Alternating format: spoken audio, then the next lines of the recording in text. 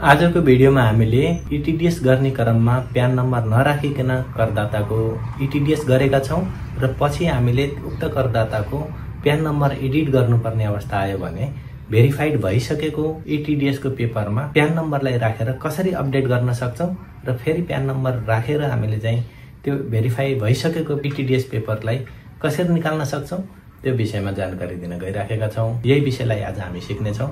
आउनुहोस् भिडियो सुरु गरौँ। सबैभन्दा पहिला हामी मोजिल्ला फायरफक्स ओपन गर्ने छौं। मोजिल्ला फायरफक्स ओपन गरिसकेपछि हामी यहाँनिर सिधै ट्याक्स पेयर पोर्टल टाइप गर्छौं। सबैभन्दा माथि आएको ट्याक्स पेयर पोर्टलमा क्लिक गर्छौं। हामी सिधै ट्याक्स पेयर पोर्टलमा जान्छौं। त्यसपछि हामी सबैभन्दा पहिला ट्याक्स पेयर लगइनमा जान्छौं र इम्प्लोयर को प्यान नम्बरबाट हामी पहिला लगइन गर्छौं। युजर आईडी पासवर्ड राखिसकेपछि लगइन हुन्छ। यस किसिमको विन्डो डिस्प्ले हुन्छ। यहाँ पछि हामी ट्रान्ज्याक्सन्समा जान्छौं र यहाँबाट हामी अलिकति तलपट्टि रहेको टिडिएस भन्नेमा क्लिक गर्छौं। यहाँ हामीले मिति राख्छौं।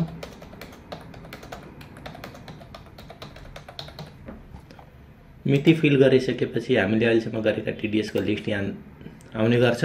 हामीले जुन नाममा अब प्यान नम्बर राख्ने हो त्यो इटिडिएस गरेको पेपरलाई हामीले प्रिन्ट गर्छौं। प्रिन्ट नगरे पनि यहाँनिर हामी हेर्छौं कुन फर्ममा चाहिँ त्यो प्यान नम्बर फिलअप गर्न बाँकी छ पत्ता लगाउँछौं।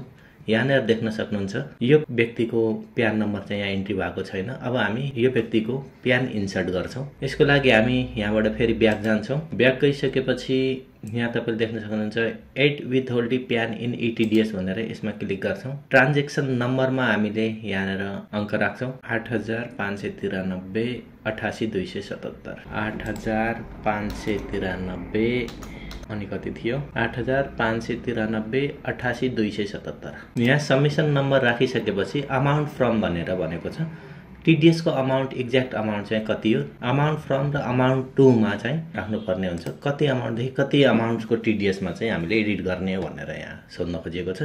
यो प्यान नम्बरमा टिडिएस को अमाउन्ट 4577 समथिङ छ। त्यसैले हामीले 4400 देखि 4600 को रेन्ज हामी यहाँ लिएर राखौं।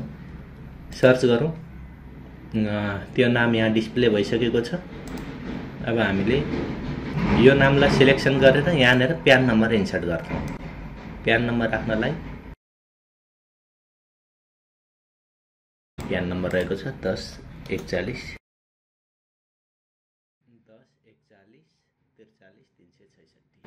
प्यान नम्बर रहेको छ। अपडेट गरिदेऊ।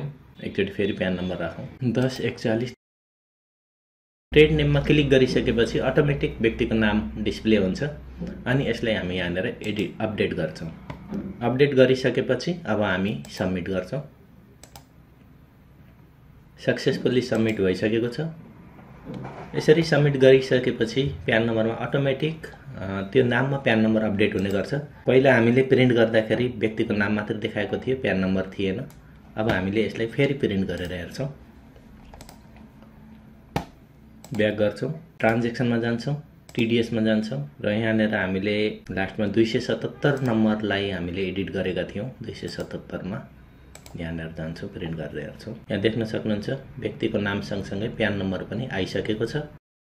यसरी साथीहरु तपाईले इटिडिएस गरिसकेको पेपर जसमा चाहिँ प्यान नम्बर हामीले राखेका थिएनौं, पहिला करदाताको प्यान नम्बर थिएन, अहिले चाहिँ प्यान नम्बर आइसकेपछि फेरि हामीले अपडेट कसरी गर्ने त्यो सबै तपाईले प्रोसेस सिकिसक्नु भएको छ भन्ने आशा साथ यो भिडियो बन्द गर्न चाहन्छु।